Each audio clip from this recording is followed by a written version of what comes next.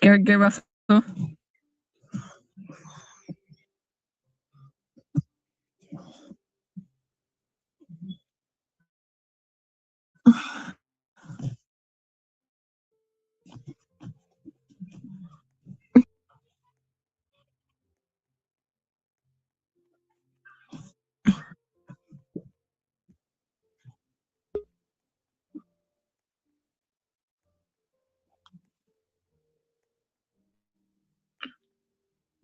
Ok.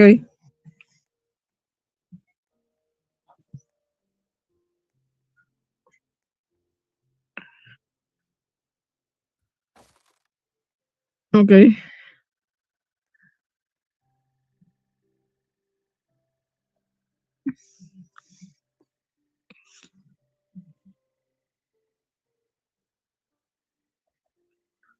Encuentre todo para su obra en un solo lugar con precios y calidad garantizada. Sodimac.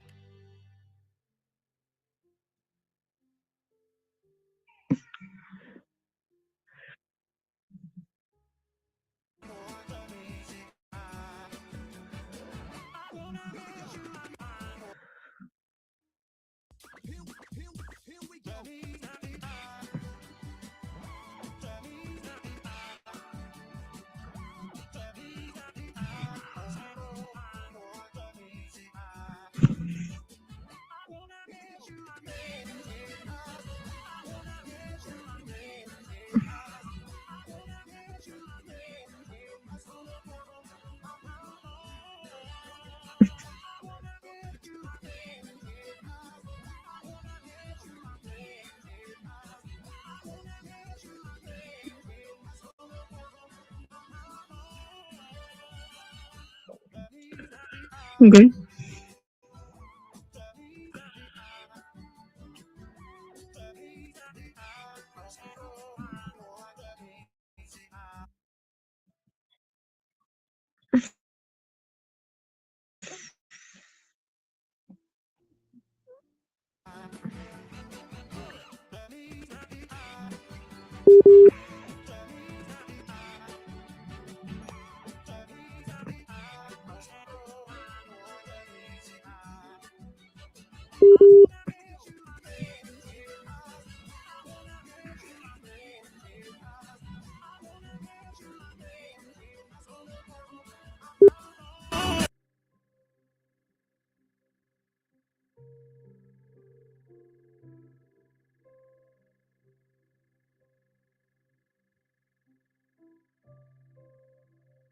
Here we go.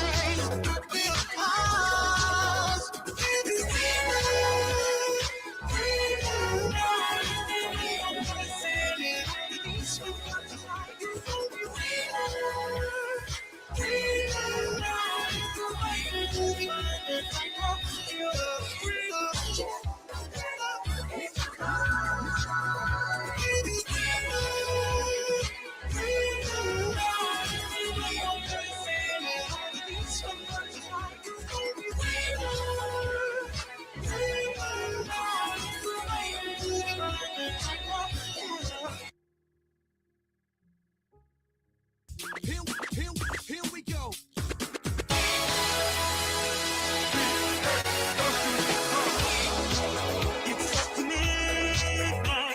It's something people's looking in the dark.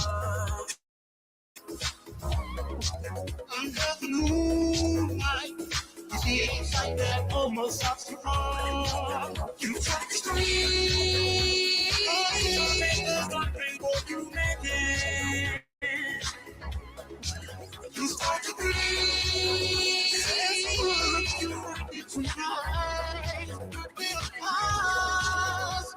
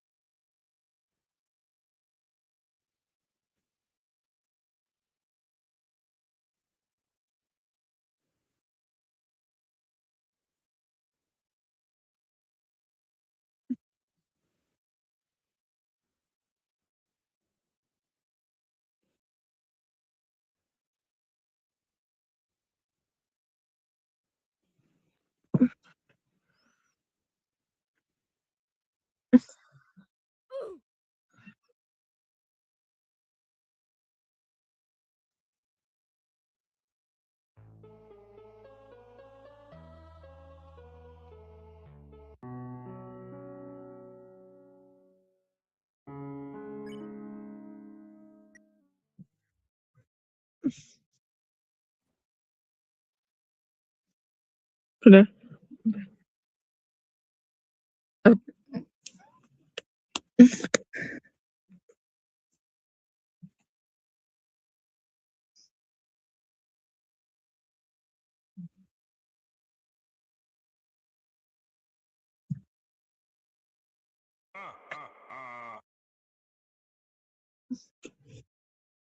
Ahora sí.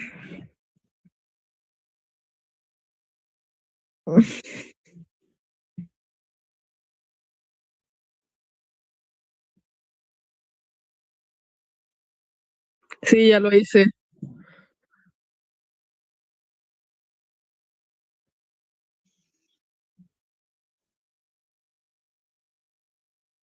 ¿Qué cosa querías que publicara?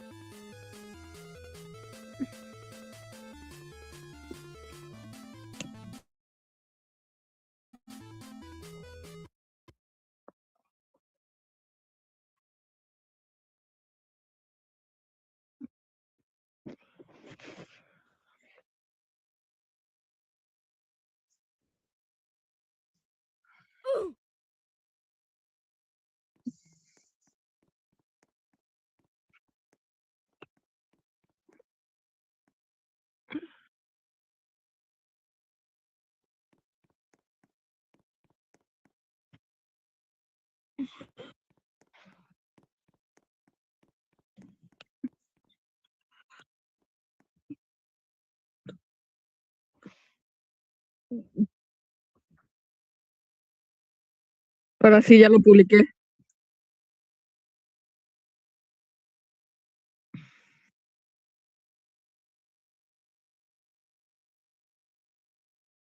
Espera, los demás ya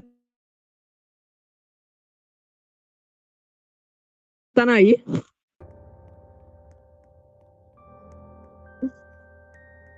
Ah, ya.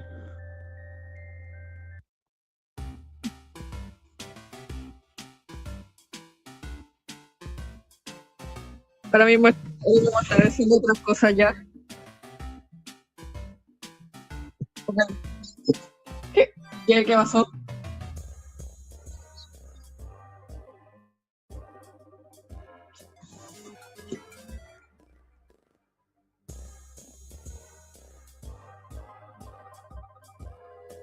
No sé,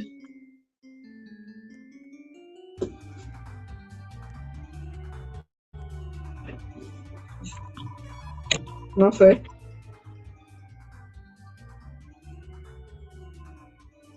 Ya,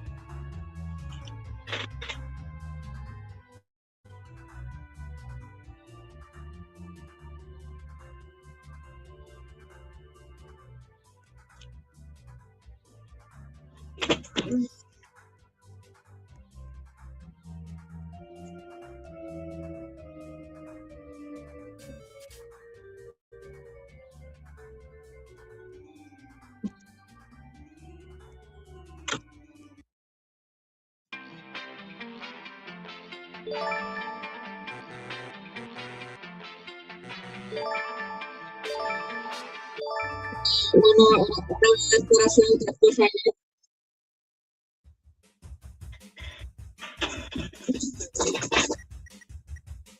Chao.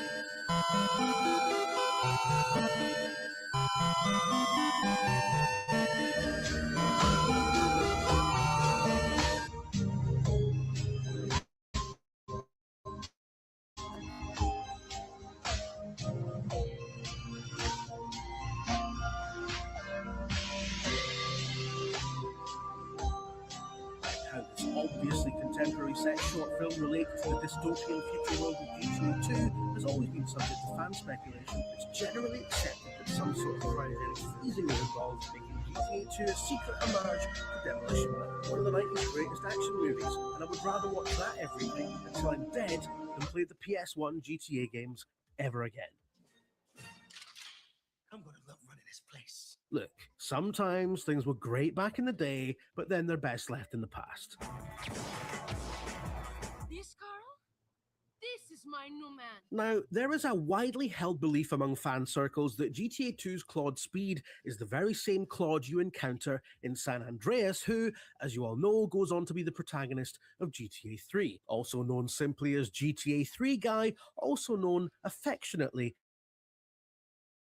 as Fido. He's an escaped felon left for dead by his girlfriend Catalina in a bank job gone awry, which, as it is much later implied in San Andreas, was the grand finale to a long Bonnie and Clyde streak that takes place across most of the 1990s. What we actually know about Claude amounts to very little, and most of it doesn't even come from the game he's the star of, having been conceived as a blank slate for players to project themselves onto, a mere puppet avatar in what was at the time an absurdly detailed urban crime simulation. Claude doesn't even get his name until we overhear it in an obscene phone call made to Carl Johnson. Hello, Claude, baby. I thought I called to say how much I love you and how well endowed you are. Nah, Catalina, it's Carl. He does get brownie points for giving good head, but he's by far the least interesting main guy since the series fully embraced a third dimension. And that's mostly because he's just you. Boring old you. You watching this and already thinking up the comment you're going to write if I don't put Tommy Vercetti high enough. Mr. Vercetti, Colonel, thank you for coming. Please sit. Let's be blunt here, right? Tommy Vercetti's a wanker. No, really, he is. I know he fronts one of the best games in the series, and he's played so memorably by the late Ray Liotta, and he wears a cool shirt, but the elephant in the room here is that he's more or less a legally distinct Tony Montana from Scarface. He's in the same business, he has the same temper, he even lives in the same gaff. The main difference is that Tommy Vercetti isn't shown to be addicted to his own product, but despite this, is just as quick to anger and just as extreme in his outlook. Which means he's just a wanker, innit? And if you're not a cokehead and you're acting like a wanker, you're just a wanker, right? It's basically just maths. After all, you're a conniving, backstabbing two-bit thief, and I'm a convicted psychotic killer and drug dealer. This is Pop's capo, Tony Cipriani. Yeah, I'm Tony Cipriani. Tony Cipriani and Victor Vance both appear as minor characters in mainline GTA games and were later given center stage in handheld spin-offs. Liberty City Stories and Vice City Stories look to give players a proper home console GTA experience on Sony's impressive PSP handheld, which was roughly equivalent to a PS2 that you could stuff in your pocket alongside your wallet chain and, I don't know, your T-Mobile Sidekick or whatever the we were carrying around back then. The point is, mates, that these weren't compromised versions of GTA. They were full-fat renditions of GTA's Liberty City and Vice City that you could play on the bus. But aside from that, they weren't all that memorable, and their stories centered around bit part characters who bore little resemblance to how they were portrayed in earlier games that they served as prequels for. Both Vance and Cipriani undergo some fairly drastic personality transplants in order to work as protagonists. To compound this, their voice actors change, meaning Tony Cipriani is no longer played by Michael Madsen, which is frankly the entire appeal of the character. And while he looks convincingly like a younger version of the GTA 3 quest giver, we have to accept that he's done a lot of aging in the supposed 3 years between the games. Like, I know he's meant to have eaten a lot of pasta, but come on, man. Meanwhile, Victor Vance doesn't even look like the same guy and has the polar opposite attitude to being involved in the drug trade that he's depicted to just 2 in-game years later. These things can be hand-waved away given how little screen time the original character has, but that just raises the question of why? Why are these games centered around a quest dispenser and someone whose function in the original game is to get unceremoniously assassinated in order to provide character motivation for their dipshit brother?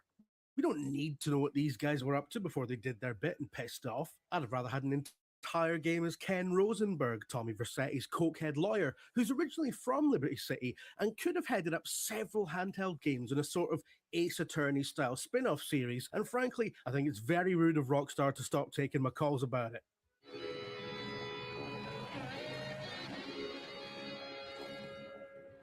GTA 4's acclaimed single-player story expansions, remember those, center on characters whose lives are entangled with the main story, often allowing you to see certain events from alternate perspectives, which is pretty cool. What isn't cool is that Johnny Klebitz is a biker, and therefore you spend the vast majority of Lost and Damned, as good as it is, locked into riding a motorbike, which are abominable things in any universe, but particularly in the GTA one, where driving is all about just haphazardly plowing other vehicles out of the way with abandon, unless you're only on 2 wheels, in which case it's all about trying and failing to avoid getting flung off the thing. The bike mechanics were tweaked to account for this somewhat, but it was still a pain in the saddled arse to have to learn how to get good on them.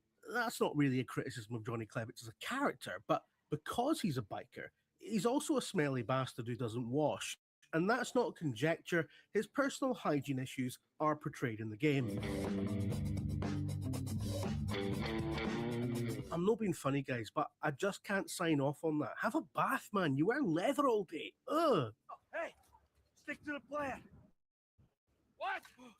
Stick to the plan. As the de facto leader of the trio that front GTA 5's single-player story, Michael may be one of the most relatable characters in the entire series, in the sense that he's middle-aged, a bit past it, and depressed. And you know what? He's a likable guy. He's funny. And in his own way, he's a good dad. So much so that even his awful, ungrateful, airheaded Californian Waynes can't sustain their built-in malevolence toward him for the entire story, which nowadays would make him a sort of millennial icon. Unlike most millennials, though, he's loaded and has his own swimming pool, a yacht, and several luxury cars, and apparently enough money to pay for a therapist who operates from one of those Lego houses on the beachfront in Santa Monica, making him, unfortunately, part of the bourgeoisie and therefore despicable. The last but most handheldy of handheld spin-offs, GTA Chinatown Wars was set in the same Liberty City as GTA 4. Seen as something of a throwback to the earlier games, it featured a top-down perspective, much simplified graphics, and a story told in a visual novel style through character artwork, a stylistic choice made to accommodate the limitations of its original host platform, the family-friendly Nintendo DS. Yeah, we all did a double take about that at the time as well. The later PSP version looked and played a lot better, but that really shone a light on how perfunctory the story was. It's a fairly forgettable collection of cutscenes about Huang Li's rise from small-time drug dealer to triad golden boy. He's avenging his father, someone's nicked a sword. It's a bunch of tropes in a blender, but to his credit, Huang Li is fairly unique among GTA protagonists in his fierce loyalty to just one faction, as opposed to just being a sort of freelancer slash serial murderer slash one-man guerrilla war against the entire police department sort of guy. Hey, what's your name, son? It's Luis, man. Louis. Oh no, you take me where I gotta go, which is back to Liberty City again, this time in its final expansion, The Ballad of Gay Tony, which is perhaps most well known for the titular character being a blatant homage to Fast Love era George Michael, God rest him.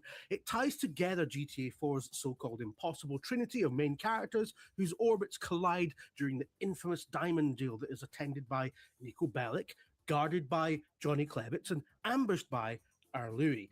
GTA 4's intricate trilogy comes to a head with Gay Tony, and you can see the protogenesis here of what was to come in GTA 5, a game whose trinity of main characters play out their stories simultaneously in real time. Three characters who all feel markedly different to inhabit, with different motivations and attitudes to crime. Louis is a smartly drawn, conflicted character who feels uneasy about his criminality and has ambitions of legitimacy. Also, his campaign displays perceptible shift from the grimy pseudo-realism of Nico Bellic's world to something more resembling the Hollywood spectacle of GTA 5. Another way in which this trilogy foreshadows the delights to come. And he's also not a smelly bastard biker, so you know. You're still banned. What about these two? Whoever wins gets banned. Trevor Phillips. GTA 5's Trevor isn't a biker either, but he probably smells even worse. And speaking of bikers, he infamously arrives on the scene and immediately murders a fan favourite one, none other than Johnny Klebitz. It's a brutal and unsettling scene in which a new GTA protagonist beats a previous one to death. Groundbreaking in that sense. San Andreas had a historic first when a former and current presenter makes that rivalry look like a pleasant afternoon tea. And again, it's an argument started over a love interest. I use the word love interest in the loosest sense. Johnny's murder is the catalytic event that kicks off the first act of Trevor's story, a breakneck rampage against remnants of the Lost Biker Gang and Trevor's hostile takeover of every criminal enterprise in Hicksville. And it's at this point we all fell in love with him, an irresistible combination of Charles Bronson and Begbie from Trainspotting, hilariously depraved and more or less a self-insert for every GTA player, rampaging through the world in the exact same way as you have always done, even when it made little sense in context of the story. As Victor Vance, as Louis Lopez, as Nico Bellic, Trevor is a middle finger to the common criticism that GTA can't have compelling characters without massive ludonarrative dissonance. He's awful, but lovable. He's a deranged substance abuser that lives in a rusty trailer, but he's clever, cunning, and quick-witted. We love him because he's extreme to the point of absurdity, but ultimately we love Trevor because he is us. And the implications of that are probably a whole video essay on its own, which I'm not going to make, by the way. I can't be bothered. Ooh, honey. GTA 5's Franklin is a class act. As a professional car thief, he's probably the most run seal of Grand Theft Auto frontmen, and as a young, polite, generally unassuming guy from a humble background who's just trying to get on in life against the backdrop of endless financial crises and an America in a permanent phase of decline, he's actually quite relatable. Probably the most relatable of them all, in fact. That he's named after America's two most diametrically opposed statesmen is probably not a coincidence. Benjamin Franklin may be most famous as a mere euphemism for cash money, but he's one of the USA's most revered founding fathers. A scientist, a diplomat, a staunch public servant, even an early advocate of vaccines. Arkansas, who's mostly remembered for playing the saxophone and getting blown by an intern, possibly at the same time. These are the two Americas and a chart of its downfall. Franklin represents a generation just trying to make ends meet within the death throes of an empire. But at his core, he's just a petrol head, man, and canonically such a good driver that his special ability to slow down time while behind the wheel, a feature I'm pretty sure most GTA 5 players forget about around 5 minutes after it's first introduced. but it's cool as hell and makes him an excellent getaway driver, which aptly represents what he is as a character. A smart, capable guy who's pulled into the schemes of a pair of middle-aged reprobates in search of a better life for himself. As GTA's sole representative of the millennial generation, it's hard not to like him unless you think millennials are a bunch of simpering, avocado toast-eating, participation trophy bedwetters, in which case you probably think he should be way further up the list, but I'm writing this in your nose, so deal with it. Oh, shit. Here we go again.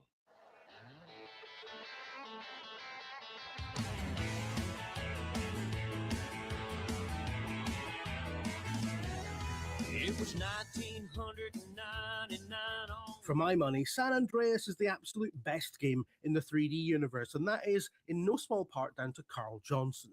CJ, the wisecracking Californian hailing from the heyday of gangster rap, represents, much like Franklin, a generation of African Americans who came of age during a period of social unrest and biting economic hardship, which doesn't seem to have ever ended. Weird that. Still, as CG, you get to ride bicycles along the sun-kissed Santa Monica beachfront, do dance competitions in modified lowriders, and something that no GTA before it had ever managed to pull off: road trips. Honest to goodness, vast stretches of highway linking three enormous GTA cities. Well, they felt enormous at the time. Also unique to this incarnation of GTA is character customization.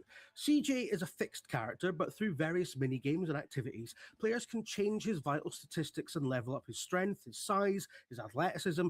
You can, by investing considerable time and effort, be the CJ you want to be. And in a rare show of body positivity for the series, all shapes and sizes are valid. In fact, there are even situations where being a big, huge, fat guy is preferable, in the dating simulator, for example, or when voicing a ranked list of GTA protagonists. Oh, wait, hang on, I've confused myself there. Oh, yeah! There she is! Liberty City! Yeah. You ever been? Oh, crazy place, Nico. You knew this was coming, and you might think it's the Sude's choice, but Nico Bellic is, without a doubt, Grand Theft Auto's most compelling, most quintessential protagonist. A perfect blend of anonymous player insert and narrative nexus with an established personality. He has all the things that a GTA protagonist should do. He's funny, he's ambitious, he's a reluctant scumbag, and at the start of the game he, like the player, is a new arrival to Liberty City, an illegal alien in every sense of the term, apart from, spaceships and anal probing and all that. Nico Bellic finds America as bewildering and baffling as we all do, even most Americans, I think, but brings a stoic Eastern European detachment to proceedings that spotlights the absurdity of these brash, loud personalities that become Nico Bellic's friends, allies, and enemies over the course of the game. In a series that is explicitly a satire of American excess, Nico is the perfect send-up of the American dream. Arriving into New York on a boat, ready for a new life in the capital of Western civilization, and it kind of sucks. And the problems he left back in his homeland don't disappear. In fact, they follow him to Liberty City and collide spectacularly with the various conflicts that are already happening there. I mean, that's not a metaphor. That's a Ken Burns documentary. GTA 4 remains the smartest, most ambitious, and adjusting for the passage of time, most technically impressive GTA ever made. And it's Nico Bellic that pulls us through it, that gives us all the proper context and imbues it with a much more profound sense of satire than could be achieved if he were simply yet another American going about his American business in America. He's the best protagonist, not just because he's the best written, not just because he has the most interesting backstory, and not just because his character model is subject to the forces of the most complex physics simulation that the series has ever had and sadly abandoned by the next game. He's the best protagonist because he's an outsider looking in. He is Grand Theft Auto personified, the perfect avatar through which to explore this exciting, enormous, absolutely deranged and impossibly intricately detailed European view of what America is like. Well, Scottish, which still counts as European despite all that business a while back. And so concludes our definitive ranking of GTA protagonists, apart from Mike from GTA Advance, because he's in a 2D game set in the 3D universe, which makes him frankly too much of an anomaly to think about. And it's not like any of you noticed. The 12 people who played this would rather forget. So yeah, definitive. Pop over to Eurogamer and subscribe for more IGN affiliated content like this. Over the past decade, the Battle Royale genre has exploded, making it one of, if not the most popular genre of video games on the planet. Of course, one of their marquee features generally involves tossing dozens.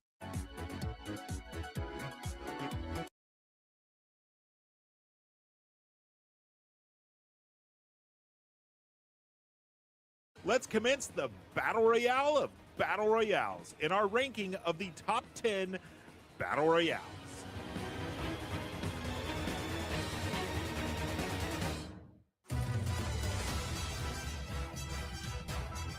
What began as a parody of PUBG has actually evolved into a fun battle royale in its own right.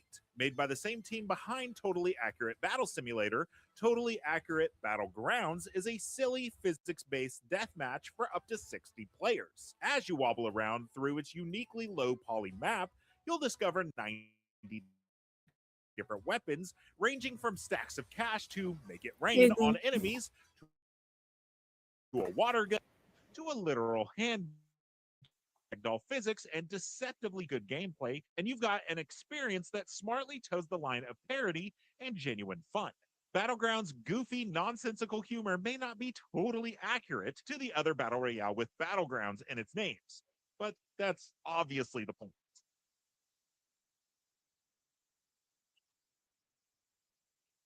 Before Vampire the Masquerade Bloodlines 2 arrived, a spin-off to the long-in-development RPG sequel was released in the form of a bloodthirsty battle royale, Blood Hunt. Set in the beautiful European city of Prague, Blood Hunt lets you dart across its moonlit rooftops and battle through its cobbled streets in order to become the last bloodsucker standing. A fun combination of both melee and ranged weapons, plus a host of vampiric abilities to wield, gives Blood Hunt a distinct feel when compared to the other games in the genre, along with its PvPvE wrinkle, as an AI-controlled vampire hunter roams the map as well as your opponents. This also adds an interesting layer of stealth to the mix, as you attempt to mask your true identity from the humans. Your time to jump in is limited, though, with Vampire the Masquerade Blood Hunt's server shutting down for good in April 2026. So, sorry if you're reading or watching this after that date. Tetris 99 finds new life in the perennial puzzle hit. By pitting 99 players against each other in a race to clear lines, Tetris 99 can be stressful enough. But your playfield is surrounded by 98 other players so that you can keep track of every Tetris game simultaneously. The anxiety-inducing nature of it all aside, Tetris 99 smartly lets you impact other players' games with your own Tetramino prowess, sending screen-filled junk blocks to the other players' games to hopefully knock them out and seek a win. And despite initially launching as a limited game for the Nintendo Switch Online players, Tetris 99 has become a permanent staple, receiving a continuous stream of themed events and DLC to ensure that this new T-spin on an old classic stays fresh.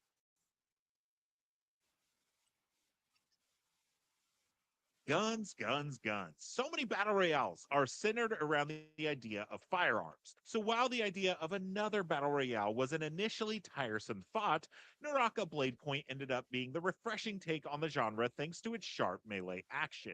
Mastering the intricacies of its combat and movement systems is a challenge by itself. But throw up another 59 players in its ever-shrinking map, and the skill ceiling gets raised as the circle gets smaller. With over 20 characters loaded up with skills, vast arsenals, and tide-turning ultimate abilities, Naraka Blade Point can take a little time to get your head around, but master its melee-based combat and pixel-perfect parry maneuvers, and the satisfaction will soon follow. If you fancy a challenging battle royale, free of build wars and machine guns, Naraka Blade Point provides a genuinely clever spin on the genre's familiar formula.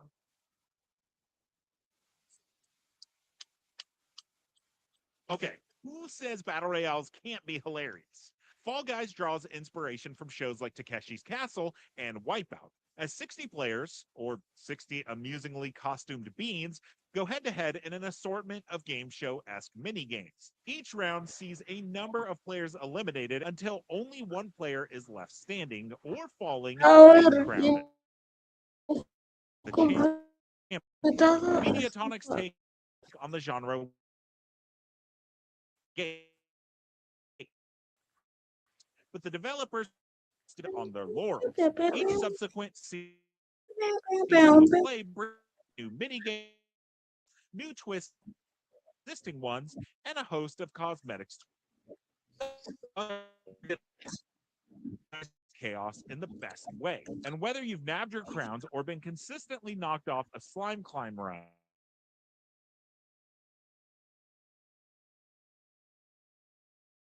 Royale genre. Each aspect of the long-running EA shooter, from its verticality, vehicles, and penchant for environmental destruction, is suited for an ever-shrinking map, begging to be navigated and broken apart as is your wont. But 2019's short-lived Firestorm mode, which launched exclusively to owners of Battlefield 5, proved this theory wrong as it struggled to hold a captive player base, with its servers eventually shuttering. But redemption for Battlefield Studios comes in the form of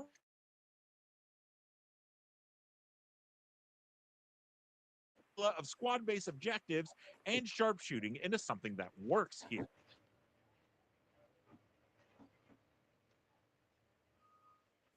The traditional last team standing offering is also joined by the excellent Gauntlet mode, which transplants the game show-like thrills of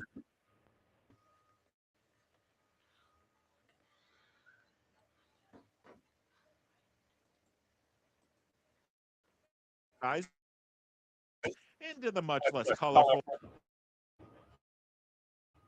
militaristic surroundings of Battlefield 6.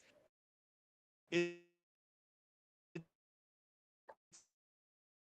surprising to the tools of the Battle Royale that give Battlefield Sec a chance to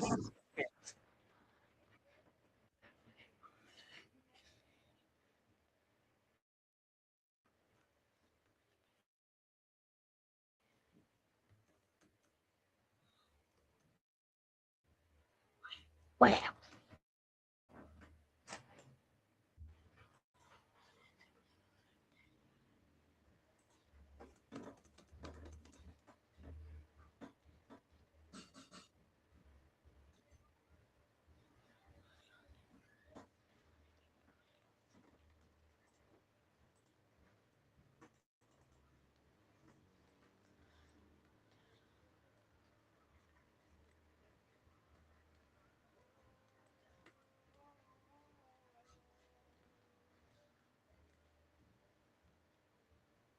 Oh, ya entendí esta mecánica. O yo tengo que suponer.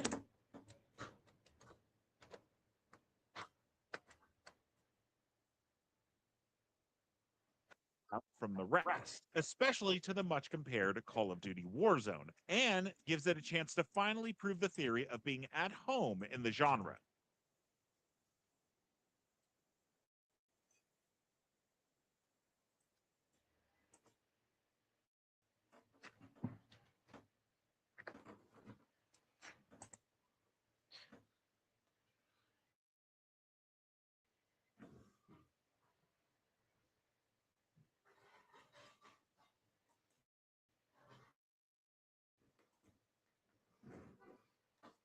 Players to regularly access and utilize their preferred guns and perks as they fight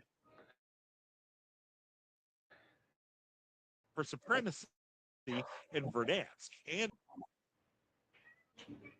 A ver, y sacaron una canción. which, let's Bueno, face ya it, está we hecha. just don't love as much. Add all this to the plenty of vertical combat thanks to the massive skyscrapers and vehicular combat, and Warzone delivers one of the most varied battle royales out there.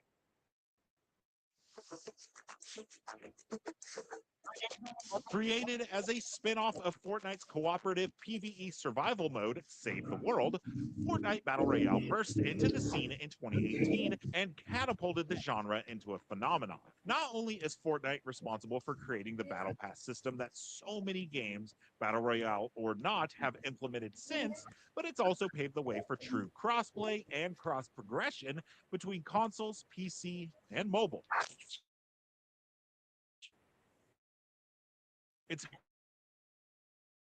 hosted massive in-game virtual concerts for Travis Scott, Marshmello's,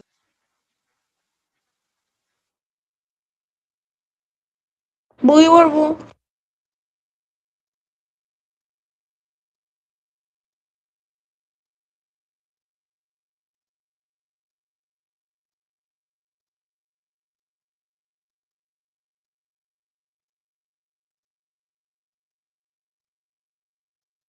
experience as a competitive one. But Fortnite's biggest, Victory Royale, has become its unique storytelling approach. It's established a narrative for its island that quickly resulted in each new season being a moment. Points of interest appeared and disappeared as events demanded it, with many seasons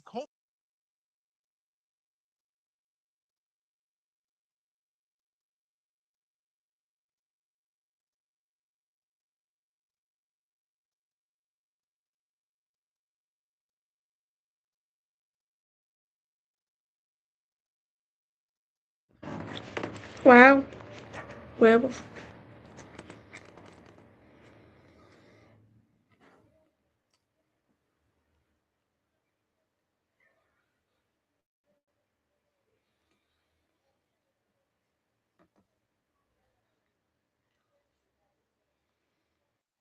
Game Island being sucked into a black hole, putting the game on pause for a few real-world days. Now, in its second chapter, Fortnite has established itself as a consistently unexpected but thrilling hallmark of the genre that is still a blast to play, and one that features the biggest pop culture. The official product partner of IGN is Lenovo Legion. Reach your impossible.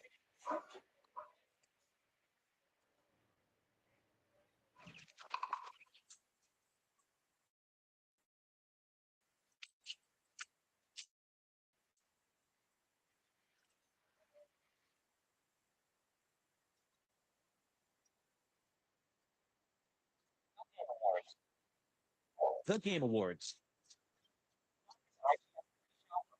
Coming up is IGN's pre-show preview of everything we know about the event before it kicks off. The biggest surprises are still to come. Game of the year. Stick around for a recap show with our team of industry experts. Lots of big announcements again. So this is going to make PCs cry. Plus, exclusive looks at new games we can't even show you yet.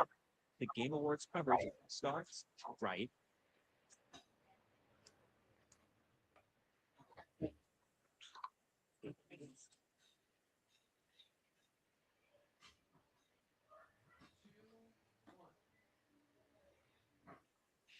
Hello and welcome to IGN's The Game Awards Countdown Show. I'm your host, Damon Hadfield, along with co-hosts Aliak and Nick Lamone. What is up, everybody?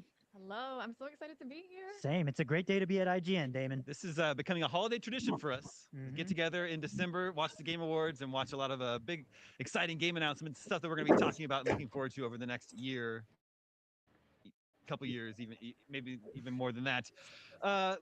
Lots to look forward to coming up tonight. A lot of games have already been confirmed to be part of the full. And you know, I know I talked a little bit about it not being a Souls-like. I do think it feels more evocative of something like Ninja Gaiden or Devil May Cry in terms of its combat style and difficulty. I remember our previewer recently talked about how if you were to skip a boss by navigating through the environment, it would only make a later boss fight even more difficult by that boss that you skipped joining in on the fight. So you would have to deal with like a healer while you're also dealing with the fight. So I just love games that want to challenge the player, and this looks to be right up my alley. So I really hope we get a release date for this. This looks nuts. like more Devil May Cry than like this. Yeah, I think those are all pretty apt comparisons. I would liken all of those to a very traditional, almost PS2 style. We've had the fine folks over at S Game in our studio over the past couple of years, and they talked directly about we want our game to feel like a PS2 game in terms of its action roots. And when you say stuff like that, the Nick Lamone brain starts clicking, and I'm like, Papa wants some. Give it to me right now. Alec, is this the sort of game you could get into? Yeah, so I'm mainly a first person shooter. I love really good story games and I love horror games, but I did play Elden Ring when it first came out, and I think that was my first time diving into melee like games, and the blades in that game are absolutely incredible. So when I saw Phantom Blade Zero, I was like, hold up a minute, I think this could be something that could challenge, because I mean, if you love Elden Ring, you love challenging games, and this looks like a really challenging game. So yes, this would be a game that I would definitely pick up. Yeah, I dabble in these games. Like I play a little bit of Black Myth, Stellar Blade, this sort of thing. I think is it that one's on PlayStation Plus. This one, so it seems to be we're seeing more and more of these sprouting up here and there. I mean, it's beautiful. It's a is it a something like Elden Ring hitting the mainstream is that it's kind of become like people are fine exciting from a person who wants to play games that are challenging and just difficult. I think of like the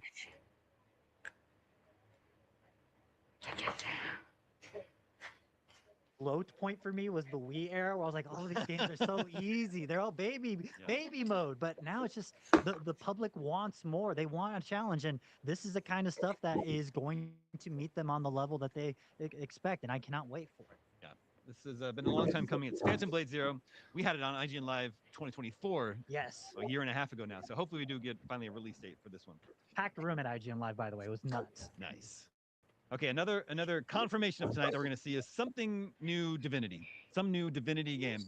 Jeff Keighley tweeted out there is some sort of a statue or a sculpture out in the wilderness somewhere. It has since been confirmed thanks to some copyrights. That's going to be a Divinity something. Yes. That's Larian Studios, who just did Baldur's Gate 3 a couple years ago. Huge D&D RPG hit. But before that, they were doing Divinity games, Original Sin 1 and 2. And then I think there are like 4 other Divinity There's games other before Divinity that. games. Yeah. There's like an RTS one. There's one called Divine Divinity. So this is a storied franchise, and I do think that I remember seeing. I think it was on Twitter. One of the developers over at Larian responded to saying, "Okay, guys, we're not working on Divinity Original Sin 3," which only makes my brain go, "So you're working on Divinity 3 or Divine Divinity 3, Yeah. some sort of CRPG." We do know that they are no longer they licensed the Dungeons and Dragons IP from Wizards of the Coast for Baldur's Gate 3. They are, that was just a one and done thing. So we know that they are working on something that's their own. And what better thing to work on? Like taking all the learnings that they got from Baldur's Gate 3 in terms of the cinematic presentation and how the player choice really affects the overall arc of the game, and applying that to their own original universe in Divine Divinity or Divinity Original Sin. And I think it's a match made in heaven. I'm currently in the middle of another Baldur's Gate 3 playthrough right now. So when I saw all this news, I was like, oh, please put it in my veins right now. I need it. And again, Divinity Original Sin 2 is outstanding. I do know that I think we saw another like Wario 64 trademark thing or something hit ESRB of Divinity Original Sin 2 Definitive Edition for PS5. So I feel like that's going to be a 1-2 punch announcement of here's this game for more people to experience, get familiar with this own custom The fantasy power of universe, corn. and then here's the new one. Alec, I think there are very few types of games that Nick Lamone does not want projected into his brains, because he's like, Give me all the games. wuxia character action games, hardcore CRPG games. If they had a brand new JRPG game, he'd probably want that in there too. So he's very well-rounded. Son poco daño. But what about you? I know you said you dabbled a little bit in Baldur's Gate 3. Yeah. And you haven't played Divinity. So No, I have not. I didn't realize it existed until the hype started showing up online. I was like, "What's this Divinity game?" So I asked Nick. Obviously, he was very excited about it, and then he told me about the D&D connections, and I love playing D&D. So I should probably finish Baldur's Gate first, and then should I do Divinity first? clear at least 100 hours for Baldur's Gate. Yeah, I'm at 50 hours in on my current playthrough. Well, one thing that's great though, and Damon, you brought this up earlier, is Larian does such a good job of doing co-op campaigns where you can play a game with your buddies, and it is or online or Pero, local. ay, no. And it is just like playing Dungeons and Dragons with a very experienced and like critically acclaimed dungeon master. So great stream game. I think it would do very. I'm just very excited for this level of CRPG to be back. Planescape Torment and Fallout 1 and 2 were some of my favorite games of all time. And I